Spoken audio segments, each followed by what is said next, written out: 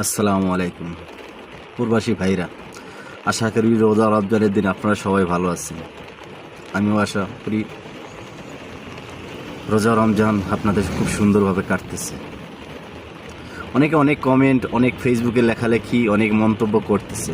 দেখেন ভাই, আপনারা যারা প্রবাসে আসছেন, যার যার বাবার টাকায় আসছেন, কেউ আমার বাবার টাকায়ও আসেন নাই, সরকারের টাকায়ও আসেন নাই। তাহলে সরকার চলবে সরকারের গতিতে। কে আসলো কি গেল সেটা আমাদের কোনো লাভ নেই, কারণ আমরা যারা প্রবাসী আছি তারা কখনো সরকারের কাছে ভিক্ষা চেয়ে আমরা চলি না। আমরা প্রবাসে কর্ম করে তাদের কাছ থেকে ভিক্ষা নেই না, আমরা চলি, আমরা কর্ম করি বিদেশে, কিন্তু আমরা দেশে যাইয়া নিম্নটুকু সম্মান আমরা পাই না। তার জন্য আমরা কখনো আফসোস করি না।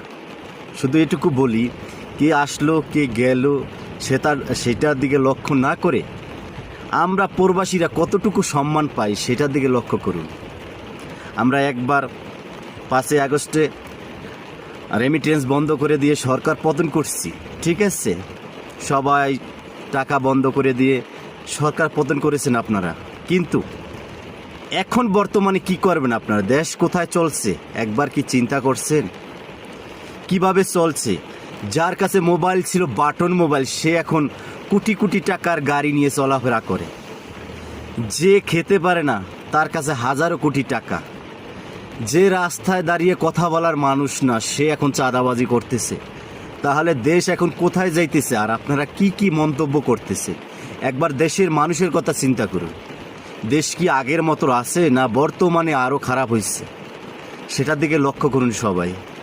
শুধু বকাবাজি না করে নিজের বাবা মা, নিজের ফ্যামিলি, নিজে কিভাবে চলবেন, নিজে কতটুকু সম্মান পেয়েছেন প্রবাসী হিসাবে, সেইটার দিকে লক্ষ্য করুন। তাহলে মনে করব আপনি একজন সফল প্রবাসী। শুধু বাজে মন্তব্য, বাজে কমেন্ট, বাজে লেকচার দিয়ে কোনো লাভ নেই।